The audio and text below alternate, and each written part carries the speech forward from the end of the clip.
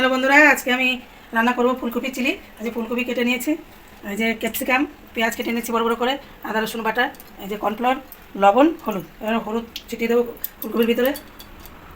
এবার একটু নুন দিয়ে, পরিমাণ মতো নুন দিয়ে দেবো। এবার একটু লাল গুঁড়ো লঙ্কা দিয়ে দিলাম একটু। এবার এটা একটু হালকা হাতে মেখে নেবো। চামচ কর্নফ্লাওয়ার,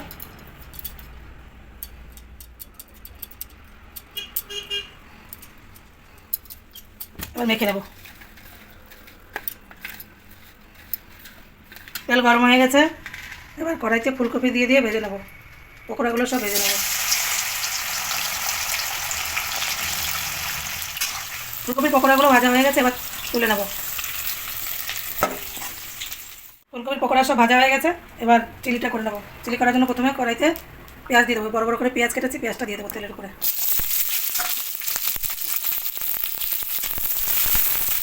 দিয়ে দেবো সামান্য একটু হলুদ দিয়ে দেবো, তো ওখানে নুন দিয়ে দেবো।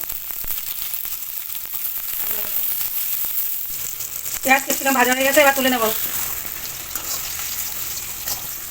তেল গরম হয়ে গেছে, এবার দিয়ে দেবো আদা বাটা।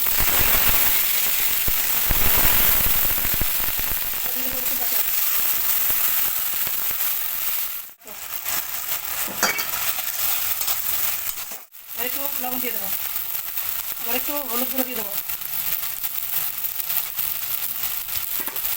আর একটু লঙ্কা গুঁড়ো দিয়ে দেবো।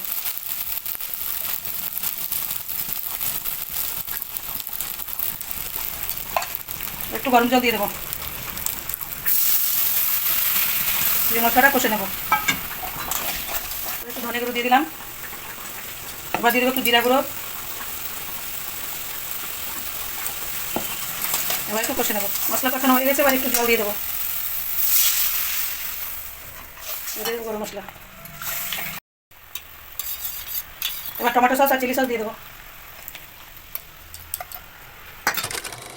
চিলির গ্রেভি ফুটে গেছে, এবার ভেজে রাখা পকোড়া সব দিয়ে দেবো ফুলকপি।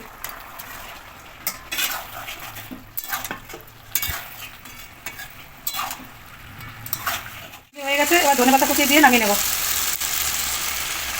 আমার রান্না হয়ে গেছে, দেখুন দেখতে কতটা সুন্দর হয়েছে। দেখতে যতটা সুন্দর, খেতেও কিন্তু খুব দারুণ লাগে। যদি এই ফুলকপির রেসিপিটা আপনাদের ভালো লেগে থাকে, লাইক শেয়ার করে আমার পাশে থাকবেন।